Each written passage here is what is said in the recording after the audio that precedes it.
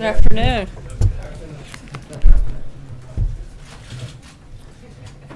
I want to start off by reiterating the messages that FEMA Administrator Brock Long and the President's Homeland Security and Counterterrorism Officer Tom Bossert made this morning regarding the ongoing relief efforts in the wakes of Hurricanes Irma and Harvey.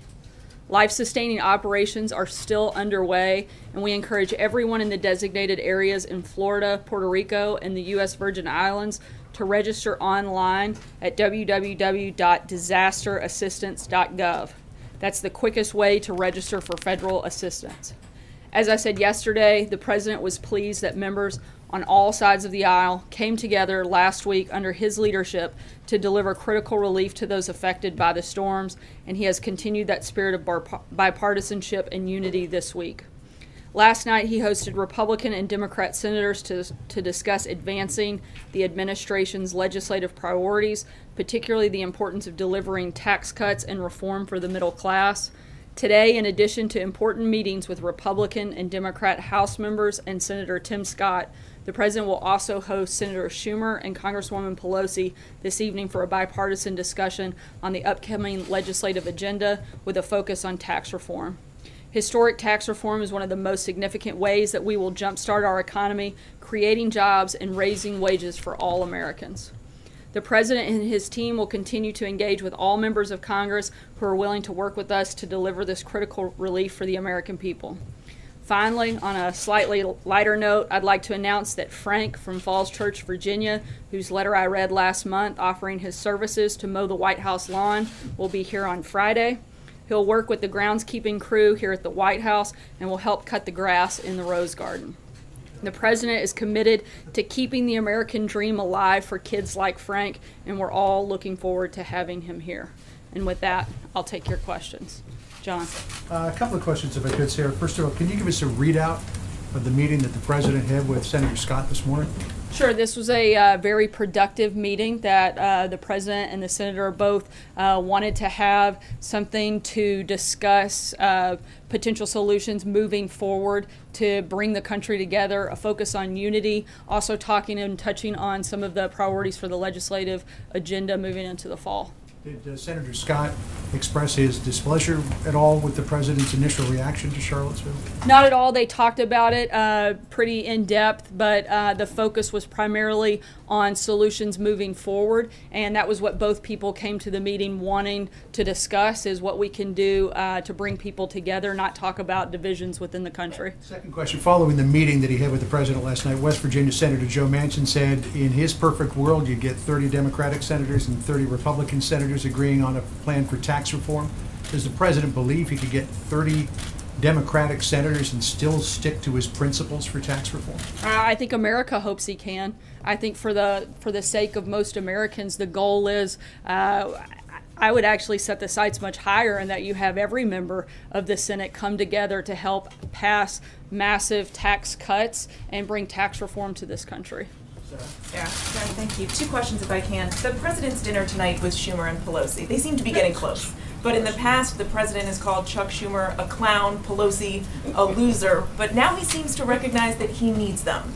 How does that work? What changed? I think it's less about him needing them, but as more about the President wanting to work with them and wanting to help move this country forward. As we've said many times before, we've got a very ambitious legislative agenda for this fall, and the President wants to work with anybody that wants to move America forward. And if they're willing to do that, sit down, be part of that conversation on both tax cuts and tax reform, responsible immigration reform, then the President certainly welcomes those conversations. And does he view Schumer and Pelosi as equal allies on the Hill for getting things done on par with McConnell and Ryan? Look, the President is a Republican, and certainly I think ideologically that's a much cleaner matchup.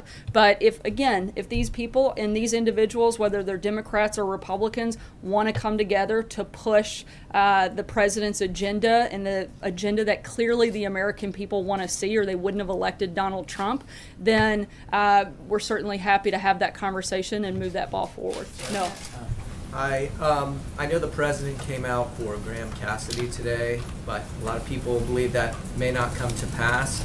Senator Alexander has introduced a more incremental bill that would stabilize the insurance markets. Could the President support a bill like that? Or does it have to be more of a full-scale repeal? And secondly, what does the president make of Democrats' efforts on single-payer?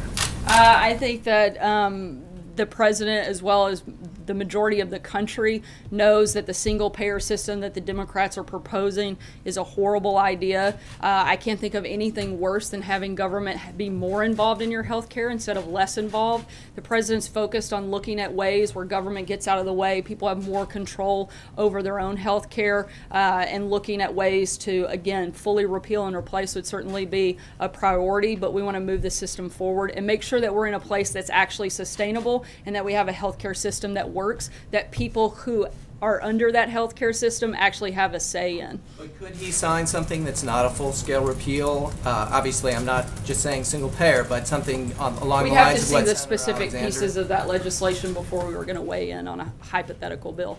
Matthew? Thanks. Two questions. First, is Vice President Pence going to be attending that dinner tonight? I believe the Vice President's actually hosting another dinner at his residence with other members of Congress. And we'll make sure we get those more details to you on that later today. And on a different topic, I wanted to follow up on some statements you made yesterday about James Comey. You said some of his conduct likely could have been illegal.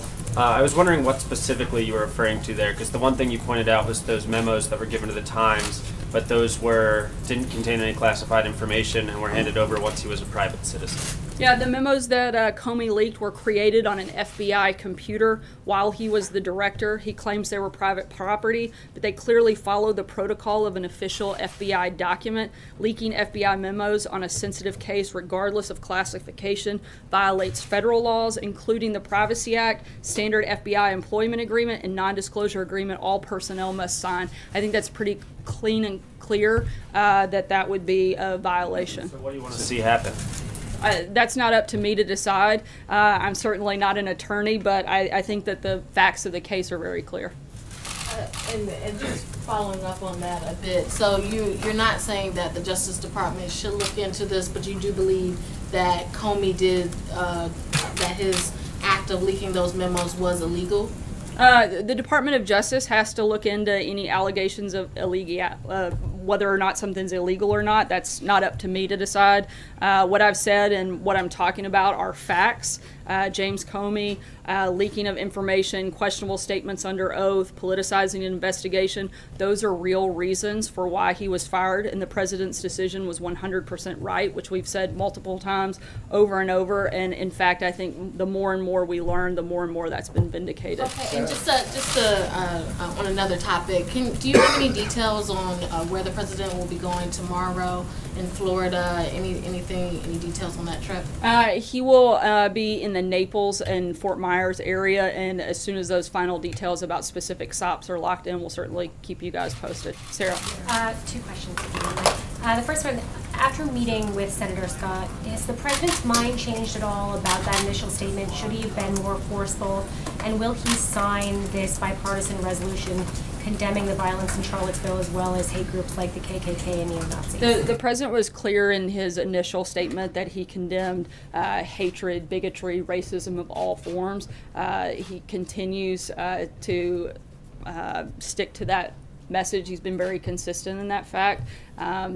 He and the senator talked about that and discussed that and agreed that that was the appropriate place to be. In terms of whether or not he'll sign the joint resolution, absolutely, and he looks forward to doing so as soon as he receives it, which he hasn't done as I came out here earlier. One other topic, his meeting with Chuck Schumer and Nancy Pelosi tonight. This is the kind of thing that conservatives who ran against him in the presidential race warned about, that he would be cutting deals with Chuck and Nancy that would not uphold the ideals of conservatives. So why is he meeting with just the two of them this evening, and is he hoping to strike an immigration deal with Schumer and Pelosi? I think it's pretty disingenuous for people to say he's only meeting with Democrats. The president is the leader of the Republican Party and was elected by Republicans. He beat out 16 other candidates to take that mantle on, and certainly I think one of the strongest voices. And so the idea that the Republican Party ideas are not represented in that room is just ridiculous. Jill. Two topics, just to follow up with that firstly, is immigration going to come up, and would the president consider reaching some kind of deal similar to the 3-month extension working with Democrats on the Dreamers issue? I wouldn't be surprised if it came up tonight, but I'm not going to get ahead of the conversations that they're going to take place later this evening. And as always, we'll certainly keep you guys posted on what those look like. And I also want to ask about the number 2 at FEMA withdrawing his nomination for consideration. Did the White House know about that IG audit when the president decided to nominate Daniel Craig? We're not going to get into the back and forth. Our focus, particularly at FEMA right now, is on the safety and security of those that have been affected by the hurricane. We're not going to go down rabbit holes on personnel, and our focus is on that as of right now. Steve. This morning on CBS, Senator Manchin said that last night at dinner, the president was adamant that the tax reform would not be a tax cut for the rich. Do you know on what basis the president was able to make that promise? Is he pledging to hold the top tax rate at 39.6%? Are we not going to see a reduction in that rate? How can he assure Americans that the rich won't get a tax cut? The president's priority when it comes to tax cuts and tax reform is on the middle class, helping grow the middle class, helping create jobs, simplifying the system. He's laid out those principles, and that's where his focus is, and that's what he's going to push for as we move into this process. Follow up on the question that was asked about Bernie Sanders' health plan. In January, the president gave an interview to the Washington Post, and he said he wanted to see a program that would allow for insurance for everybody, and that would leverage Medicare and Medicaid's ability to control drug prices. Bernie Sanders seems to be offering a plan that would do that. Why does the president not support it? I'm pretty sure that it's not only does the president not support it, but America doesn't support it, or Bernie Sanders would be sitting in the Oval Office right now. He pushed these ideas forward during the campaign. They were rejected, not just by America, but Democrats. He didn't make it through the primary. He didn't make it into the Oval. I think that's a pretty clear indication of what America wants to see, and it's not a single-payer system. Thank you, Sarah. Alexa. I'd like to ask. Well, I'll come back. Thank you. You go ahead. 2 quick questions on tax reform. There are some Democrats who are confused. If the president was serious about creating a bipartisan tax plan, their thinking is that the president would also be meeting with ranking members or the minority members on Ways and Means and on the Finance Committee in advance of the disclosure of the consensus outline that's going to come out at the end of September. Can you describe the president's view about how to create a bipartisan tax plan? Does he want to get ideas from Democrats, or does he just want Democrats to buy in to the plan that Brady and Hatch will reveal? Well, I think just by mere fact that he's been sitting down both yesterday and today with multiple members of the Democrat Party shows that he wants to have that conversation with them. I don't think you can make that any more clear than to have those ongoing conversations with multiple members of the Democrat Party. Thank you, I have 2 questions. Well, quick question on Florida.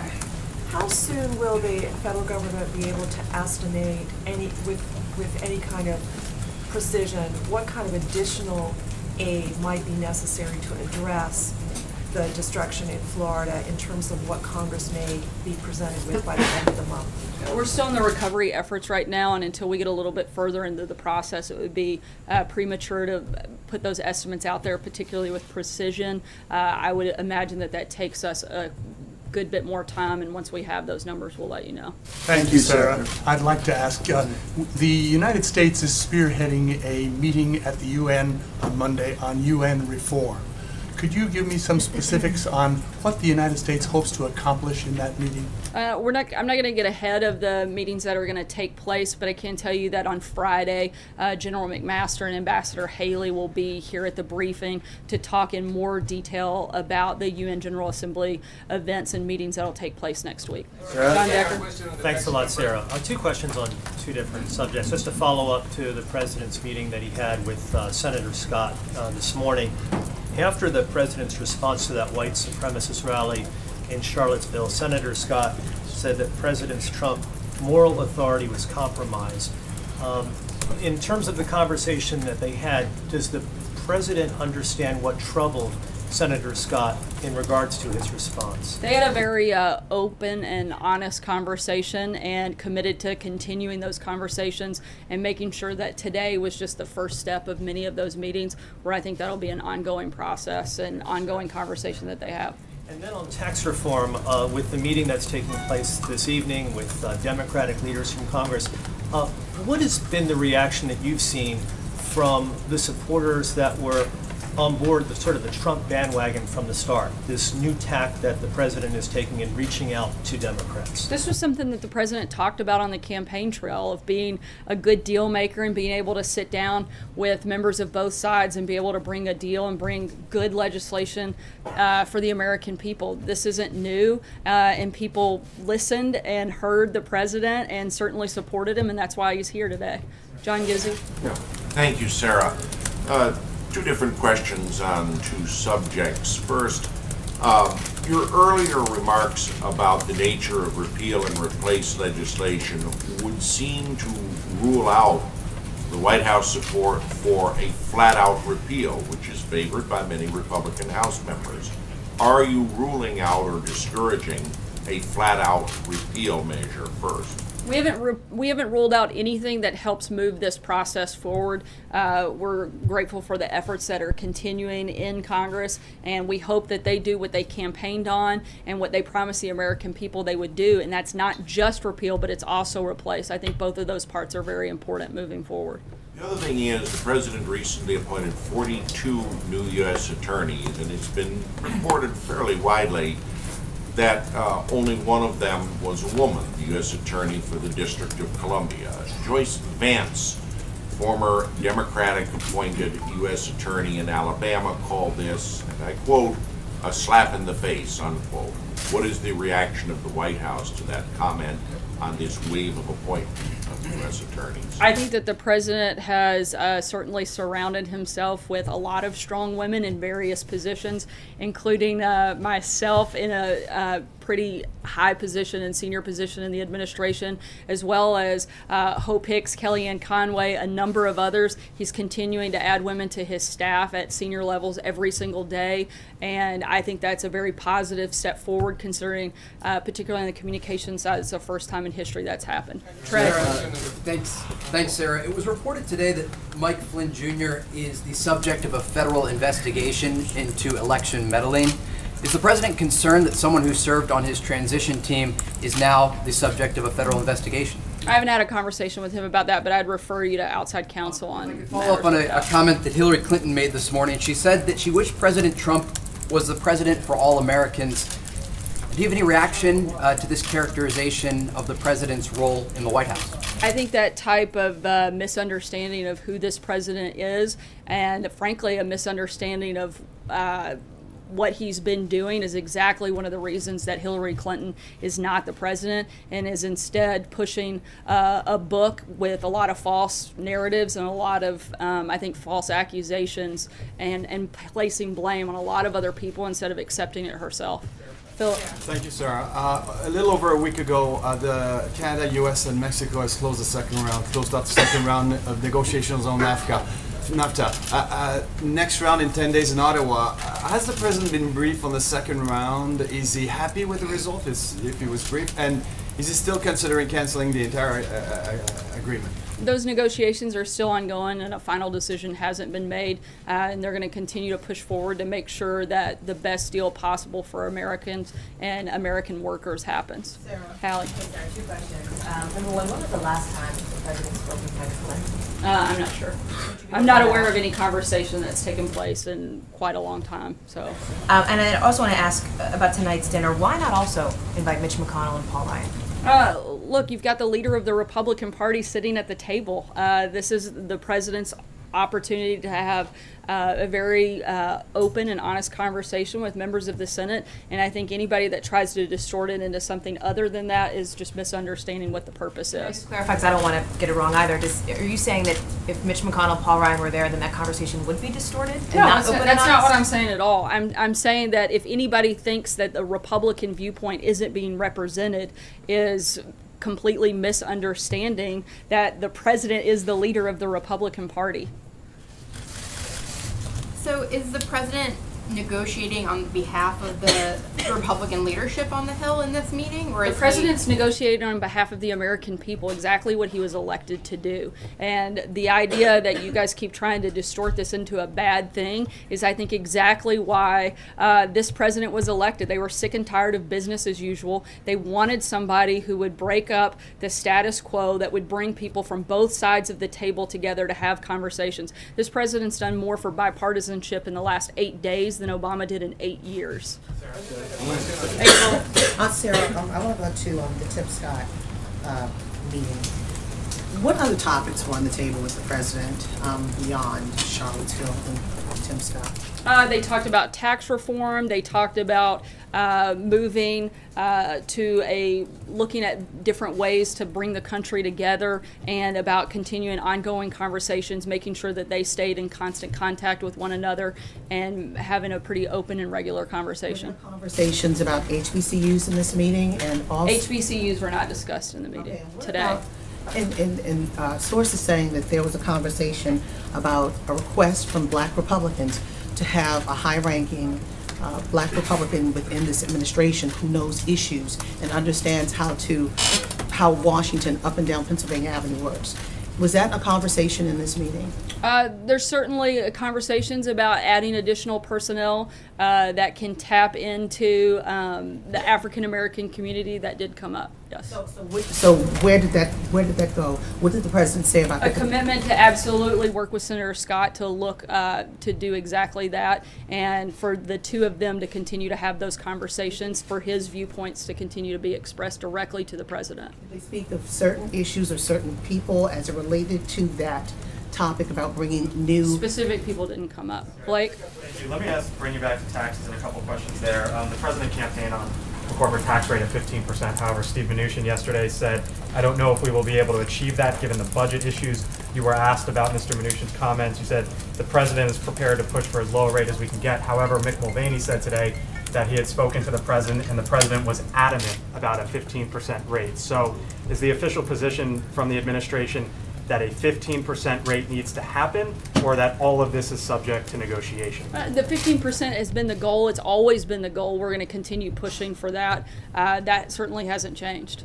And secondly, with working with, or at least talking tonight with Pelosi and Schumer, one of the things that they want is not one penny, their campaign, to the wealthiest Americans. That is a marker that they have drawn in the sand. At this point, is the president open to not having tax cuts as deep as once were maybe thought for the wealthiest of Americans? Again, the president's focus has never been on the wealthiest of Americans. It's been on tax cuts for the middle class and tax reform as a whole. That continues to be his priority, and will, in tonight's discussion, come through. Thank you, Sarah. Sarah, thank you. Two questions, if I may. One is, just since you raised the issue of Mrs. Clinton's book having a false narrative and false accusations, could you point us to a couple specific accusations in the book that you believe are factually incorrect? I think probably the biggest one is any place within the book where she lays blame for the loss on anyone but herself. Okay, can I ask just a follow-up, separate topic? The president issued a strong statement the other day on Myanmar and the persecution of the minority Muslim population. I know that topic came up in his meeting yesterday with the Malaysian. I'm wondering whether the president feels that Aung San Suu Kyi, as a figure of great moral stature and the de facto leader of that country, should be more forthright in condemning what's happening in that part of her country. I think anytime anyone sees something like that taking place, public condemnation is certainly appropriate. We're going to continue working with our allies and partners to be part of the process in whatever way we can moving forward.